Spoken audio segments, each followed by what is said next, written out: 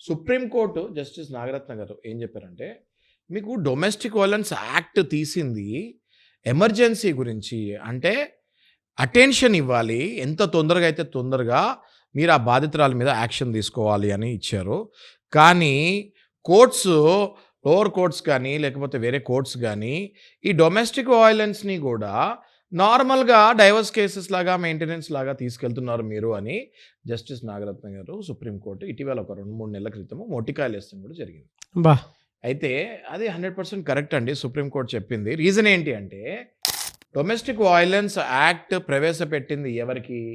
ఎవరైతే లిటరల్‌గా హస్బెండ్ దారుణంగా ట్రీట్ చేసి ఒక రూపాయి కూడా ఆమె దగ్గర ఉండదు. ఆమెని నడి రోడ్డు మీద నుంచోబెడతాడు ఆ హస్బెండ్ పిల్లలతో పాటు.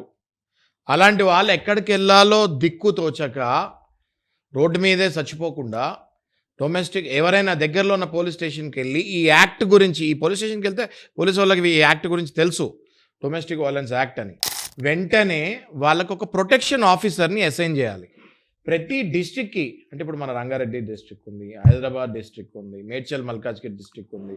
ప్రతి డిస్ట్రిక్ట్‌కి ఒక ప్రొటెక్షన్ ఆఫీసర్ ఉంటారు నాగరాజు గారు. ఆ ఓకే. ప్రొటెక్షన్ ఆఫీసర్ ఏం చేయాలి అంటే, ఇలా రోడ్డు మీద పడిన బాధితురాలని తీసుకెళ్ళి, వాళ్ళ పిల్లల్ని కూడా తీసుకెళ్ళి ఒక షెల్టర్ ఉంటుంది.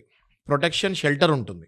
ఆ షెల్టర్‌లో వీళ్ళని పెట్టి ఇమ్మీడియేట్‌గా వాళ్ళకి కావాల్సిన మెడికల్ సదుపాయాలు ఏమైనా ఉంటే, ట్రీట్మెంట్ ఏమైనా ఇమ్మీడియేట్ ప్రైమా ఫేసి ట్రీట్మెంట్ ఏమైనా దెబ్బలు తగిలుంటే వాళ్ళ హస్బెండ్ కొట్టినప్పుడు దానికి ట్రీట్మెంట్ ఇచ్చి, పిల్లలు ఒకవేళ 2 రోజుల నుంచి 3 రోజుల నుంచి ఏమి తినకపోతే వాళ్ళకి ఇమ్మీడియేట్‌గా కొంచెం పాలు, గుడ్డు ఇలాంటి నరిష్మెంట్, మంచి ఫుడ్డు, పోషకాహారం అంటారు కదా!